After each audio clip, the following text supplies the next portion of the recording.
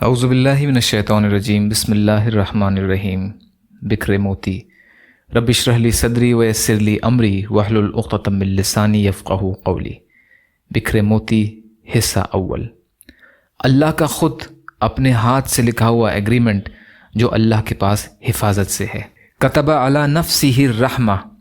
صحیح مسلم میں حضرت ابو ہریرہ رضی اللہ عنہ سے روایت ہے کہ رسول اللہ صلی اللہ علیہ وسلم نے فرمایا کہ جب اللہ تعالیٰ نے مخلوقات کو پیدا فرمایا تو ایک نوشتہ اپنے ذمہ وعدہ کا تحریر فرمایا جو اللہ تعالیٰ ہی کے پاس ہے، جس کا مضمون یہ ہے ان رحمتی تغلب علی غضبی، یعنی میری رحمت میرے غضب پر غالب رہے گی۔ قرطبی کی روایت ہے یہ۔ اعمال اچھے تو حاکم اچھے، اور اگر اعمال خراب تو حاکم خراب۔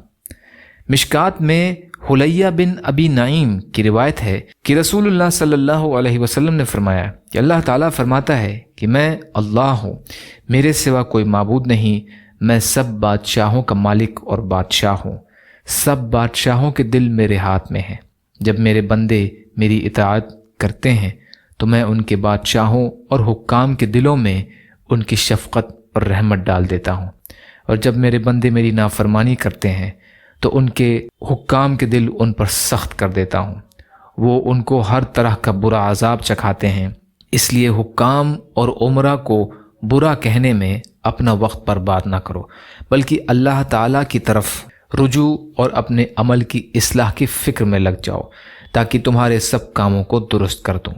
اسی طرح ابو داؤد اور نسائی میں اما عائشہ رضی اللہ عنہا سے روایت ہے کہ رسول اللہ صلی اللہ علیہ وسلم نے فرمایا جب اللہ تعالیٰ کسی امیر اور حاکم کا بھلا چاہتے ہیں تو اس کو اچھا وزیر اور اچھا نائب دے دیتے ہیں کہ اگر امیر سے کچھ بھول ہو جائے تو وہ اس کو یاد دلا دے، اور جب امیر صحیح کام کرے تو وہ اس کی مدد کرے، اور جب کسی حاکم اور امیر کے لیے کوئی برائی مقدر ہوتی ہے تو برے آدمیوں کو اس کا وزیر اور ماتحت بنا دیا جاتا ہے۔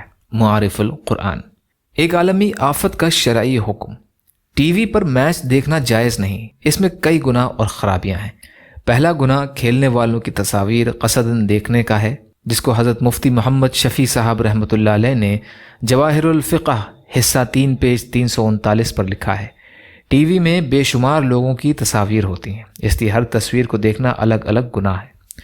دوسرا گناہ کھیل دیکھنے کے دوران بیچ بیچ میں ان عورتوں کی تصاویر دیکھنے کا ہے جو کھیل دیکھنے کے لیے اسٹیڈیم میں ہوتی ہیں۔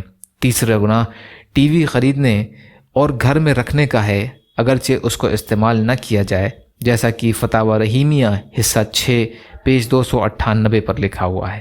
اگر کوئی شخص گانے بجانے کے آلات اور غفلت میں ڈالنے والے سامان اپنے گھر میں رکھے تو یہ رکھنا مکروہ تحریمی ہے اور گناہ ہے، اگرچہ وہ ان کو استعمال نہ کرے، اس لیے کہ ایسے آلات کو رکھنا عام طور پر دل لگی کے لیے ہوتا ہے۔ چوتھا گناہ جماعت کی نماز کو چھوڑنے کا ہے، جیسا کہ عام طور پر اس کا مشاہدہ کیا گیا ہے۔ پانچویں خرابی اپنے قیمتی وقت کو برباد کرنا ہوتا ہے۔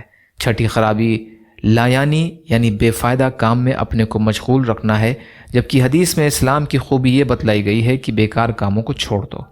ساتویں خرابی یہ ہے کہ اس سے دین اور دنیا کے ضروری کاموں سے غفلت پیدا ہو جاتی ہے، جیسا کہ مشاہدہ ہے۔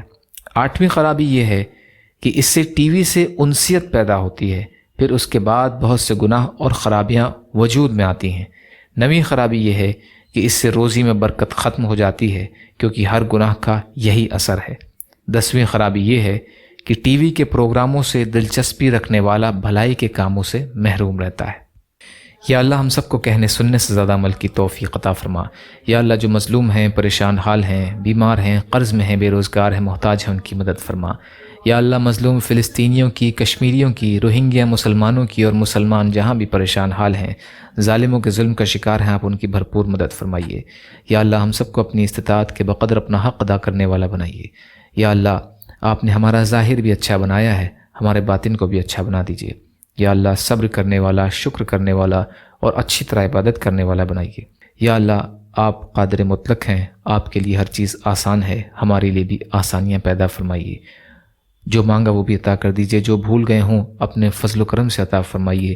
ربنا تقبل منا انک انت السمیع العلیم برحمتک یا ارحم الراحمین۔ لا الہ الا اللہ محمد رسول اللہ۔ السلام علیکم ورحمۃ اللہ وبرکاتہ۔